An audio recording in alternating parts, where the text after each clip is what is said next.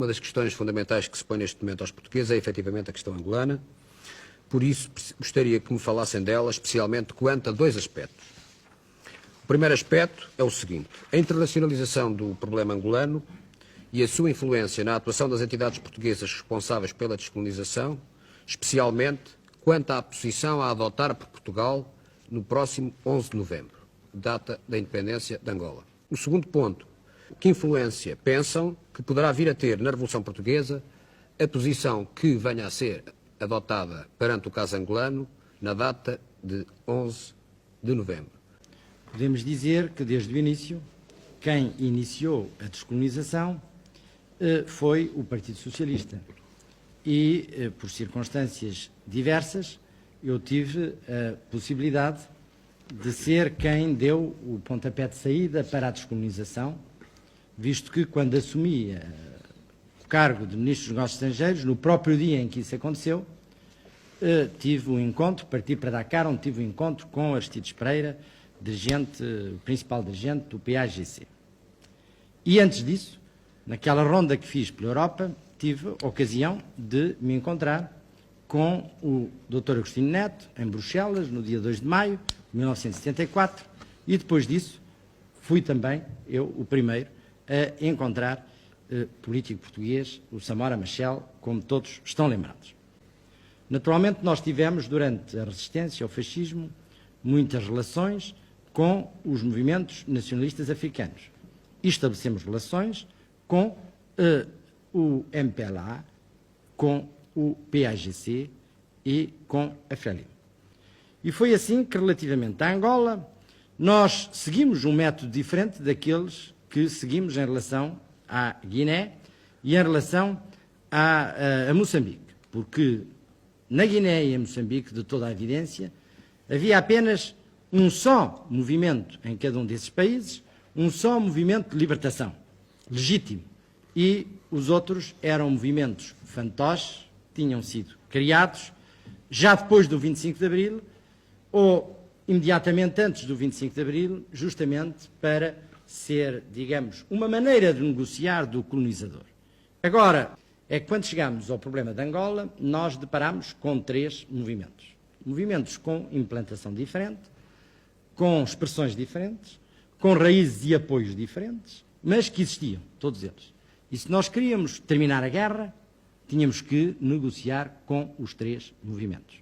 Fizemos-lo com a ajuda diplomática de países amigos, alguns países socialistas, do Vaticano, de países da OUA, fizemos-lo através de uma diplomacia bastante intensa na ONU e chegámos a estabelecer relações com os três movimentos e, a pouco, concertá-los na ideia de se sentarem à mesma mesa e fazerem um acordo connosco.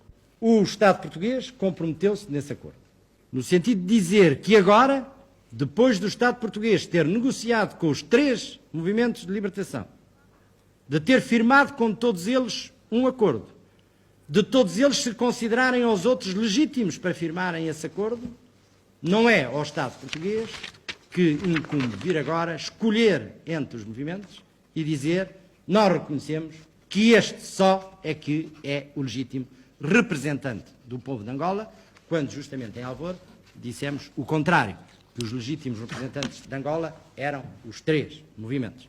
Quem tem que decidir da sorte de Angola, em última instância, é o povo angolano.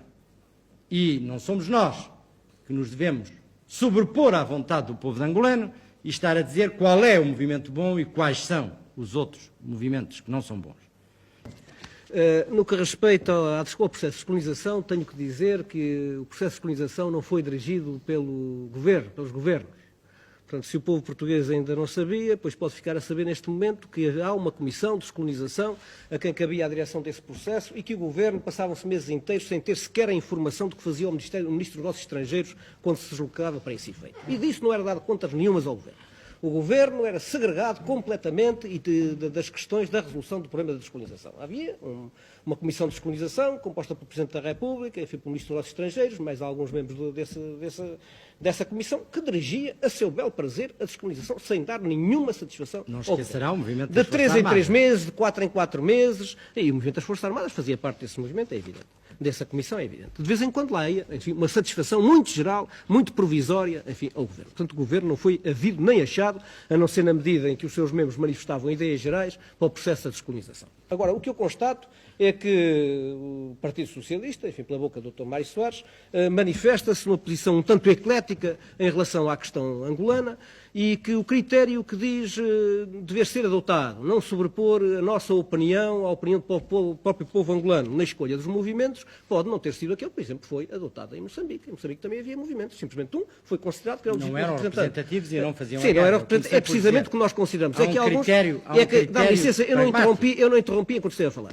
Portanto, em relação a esse tal critério que parece que não é válido para Angola, foi válido para Moçambique. E neste momento nós estamos a ver que há, na verdade, um movimento que, até pelo apoio popular que desfruta e que mostra na sua vida diária, é um movimento que luta efetivamente pela libertação do povo de Angola, que está à frente dessa luta por libertação. E há, na verdade, uma ingerência do Norte, enfim, que conhecemos todos muito bem quem é que está por trás daquilo e que procura, não é, de certeza, a independência do povo de Angola. Nós, comunistas, tomamos a responsabilidade de dizer, a nosso ver, quem representa os interesses do povo de Angola é o MPLA.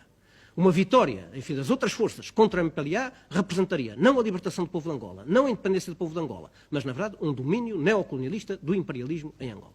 Por isso, na nossa opinião, deve ser dado todo o apoio ao MPLA e, no caso das coisas correrem normalmente, no dia 11, quando for declarada a independência com a constituição do governo de Luanda, com a hegemonia provável do MPLA, que esse governo deveria ser reconhecido. Temos reservas muito fortes em relação ao FNLA, que não nos parece ser uma formação que defende os interesses do povo angolano e os interesses da independência desse povo. Em relação à UNITA, há também reservas conhecidas e, portanto, pensamos que a solução do problema angolano deveria ser, no dia 11, a entrega, a transmissão dos poderes ao governo formado na base do MPLA e de outras forças que quisessem participar com o MPLA nesse governo. Portanto, pensamos que no dia 11 essa deveria ser a solução. No dia 11, a ser transmitidos os poderes ao governo que se forma em Luanda na base fundamental do MPLA e daqueles que com ele se associarem na formação desse governo. Se o MPLA continuar combatendo com a coragem que tem mostrado e com o apoio de massas consideráveis do povo angolano, se conseguir vencer as dificuldades de ordem militar, enfim, dos dias próximos, teremos no dia 11, assim esperamos, um governo constituído na base fundamentalmente do MPLA que merecerá o direito ao reconhecimento pelo Estado português, como certamente terá o reconhecimento de muitas dezenas de Estados em todo o mundo.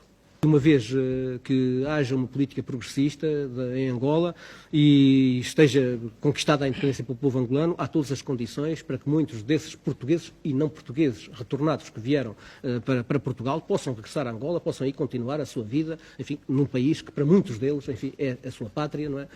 Mesmo para aqueles que foram de Portugal como portugueses e que voltaram ainda como portugueses, mas que amanhã podem, com satisfação e alegria, ser angolanos com o seu passaporte de angolanos, enfim, no bolso. A questão está bastante simplificada nos últimos tempos, na medida em que o MPLA comprovou pela sua ação e pela sua política ser um representante legítimo do povo de Angola e merecer bem, enfim, ser considerado pelo povo português como aquele partido que dirige a luta do povo angolano e a quem cabe legitimamente também, neste momento, a formação do governo, do primeiro governo do Estado independente de Angola.